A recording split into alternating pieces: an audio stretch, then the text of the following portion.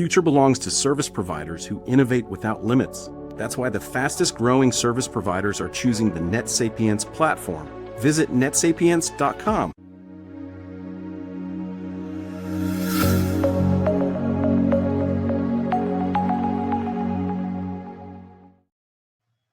Hey everybody, it's Doug Green and I'm the publisher of Technology Reseller News, and I'm very pleased and quite honored to have with us today Dr. Jeffrey Ellis. Jeff, thank you for joining me today. It's my pleasure. Thank you. Jeff here is the co-founder of Belaray Dermatology, and some people might be wondering, hey Doug, what are you doing interviewing a doctor, and what does dermatology have to do with technology? Well, dermatology has everything to do with technology. That's what we're about to find out. So what we're discussing today is, in fact, a use case, an issue where AI has actually been used to help a practice and also a clinician do what they do. So, Jeff, first of all, tell me a little bit about Belaray Dermatology. Yeah, absolutely. So my co-chief resident and I started Belaray Dermatology in 2006. So we've been at this for about 20 years. We started very, very small and modest, sharing space with another internist. And as that succeeded and grew, we have expanded. And now we have 2 locations. We have 10 providers. We are multi-specialty. We have oculoplastics in-house. We focus on a lot of skin cancer and medical dermatology. We have 3 double board certified Mohs surgeons. And it's become a really great place for us and for the community we serve. And reflecting back from where we came, it is really amazing because like 20 years ago, we were really just focused on providing excellent medical care. And as the world's changed and as we've gotten busier, it's almost like we're running a communication company, tech company, billing operation, customer service organization. We're really kind of juggling a lot of things at the same time in order to provide the quality of care and patient satisfaction that we aim to achieve. And at the same time, I thought it was interesting in our discussion just before we started today that you've always personally been a tech guy. Always. Yeah, I was always into coding and dabbling about in college. And that's something that I've enjoyed in my own practice, doing some of my own coding to find solutions, finding the best vendors to help us with solutions. And most of the time focusing on those solutions to improve workflow, efficiency, and patient satisfaction. So it's interesting that as time went by, and it's also interesting to note that, you guys are an independent practice. You're not part of some large healthcare conglomerate or provider or something like that. But you ended up having to do the same things that even a very large organization might have to do. As you mentioned there, billing and coordination, appointment setting, and so on. Absolutely. We do it all. The scale is different. Sometimes from my shoes, I feel like the big guys have a big advantage. They have a lot more resources. Sometimes from my shoes, I feel like we have an advantage because we're a lot more nimble and we can identify problems and implement them fairly efficiently. And because I'm the one experiencing the problem, if I'm also the one who's finding the solution to the problem, it's more often going to be a good fit for our needs. We're very close to all of the work that's happening in the practice. And I do think that it adds a level of sophistication and advantage to the solutions we choose. Jeff, I was very interested to hear just now that some of those technology issues and some of those operational issues, which might, you might have once considered administrative, might even have outcome impacts. That in our previous discussion, you were saying, the administrative issue might actually lead to bad outcome. Oh, that's very true. There's several examples I could think of that. Here's a basic one. When a patient comes in to a dermatology office, often they're looking for a full body skin check. And when they come in, we want to check all of them, from their head to the toes. And you could get cancer sometimes under your nails, your fingernails or toenails. Hmm. And a lot of times patients will come in and they have nail polish on or fingertips or what have you, and we can't examine those areas. So that's not really a complete exam. One of those patients could end up with a problem down the road. So we wanted to figure out an efficient way to tell patients who we knew were coming for that type of an exam beforehand to not have their nails done. And we didn't want to tell them a day before because maybe they just got their nails done and, they did this nice thing and now we're telling them to undo it. So kind of thinking out the whole process of like, when should we tell them so that they're prepared to then have like the most thorough exam possible, has made our practice better. We can catch more problems for patients. And we have a lot of other like kind of specific clinical examples like that, specific procedures, doing something before the visit or after the visit can result in a better outcome. Or even the way we recall patients who haven't been to the office in a while. When we started the practice, we would have postcards. And when a patient would leave the office, we'd ask them to write in their address on a sticker and we would stick it on a postcard and we'd put that postcard in an envelope. And when that envelope had a month and when that month was due, we'd send out all the postcards. But now we can use technology to do that. And by texting primarily. And it's just so much better because we can send multiple reminders to just make sure that if a patient wants to come in when it's their time, that they know that we're there for them. So this search for better technology to improve patient care eventually led you to Weave. Is that what happened? It is. That happened around COVID. So, we were kind of doing our thing. And I mentioned we started very small and modest. We also started with very inexpensive tools that were very underpowered. And I would build small solutions as issues came up. And eventually I had a lot of small solutions that all were independently not connected and somewhat complicated. And then COVID came and we needed more solutions with now telemedicine and e-visits and handling everything that was going on then. And it just gave us a chance to kind of pause. Honestly, my staff kind of rebelled.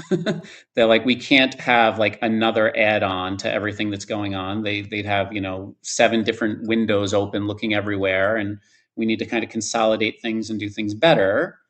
And at that point, we had an opportunity. Normally, who has an opportunity? Like, we're all so busy. Who has a chance to do this? But we had a chance to really say, if we were to re-envision this from scratch, what would like the best thing for us look like? And it gave us a chance to look at different EMR options, different add-on options, different tech options. And we did end up kind of changing in EMR, and we chose the EMR partially because it worked with Weave, because we liked Weave so much. And that integration has been a good choice for us. It's really helped us a lot. So how do you actually use Weave? How does it play out day to day? Yeah, Weave is really an integral part of our practice and the way patients engage with us. On the most basic level, we are available by text. So a patient can text our office anytime, 24/7, and we actually have staff monitoring that 7 days a week. Just that is so helpful. Before Weave, phones were always going off the hook, and we don't have a separate call center. We'd have our front desk answering the phone, dealing with someone in front of them, patients being put on hold, sometimes multiple people on hold at the same time. It just wasn't good for anyone, for my staff or for patients. So with we've really encouraged direct texting, and that's been very, very helpful. That's like the most obvious thing. Weave is helping to remind our patients about upcoming visits. It's giving specific calls to action both before and after specific visit types. We use it for our online reputation management, where after every visit, a patient gets a message asking how things went and encouraging them to share that publicly. it's really touched so much of what we do and how we think about our practice and how we communicate. It's been amazing for us.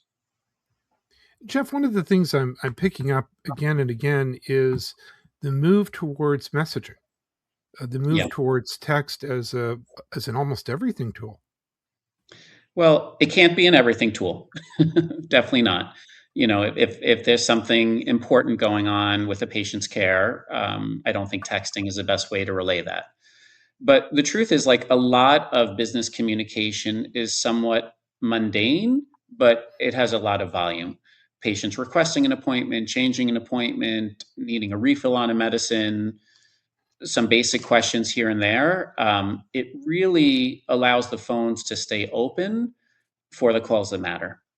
And that's kind of how we look at our use of texting. Now, in all that, there's AI in play. Is that right?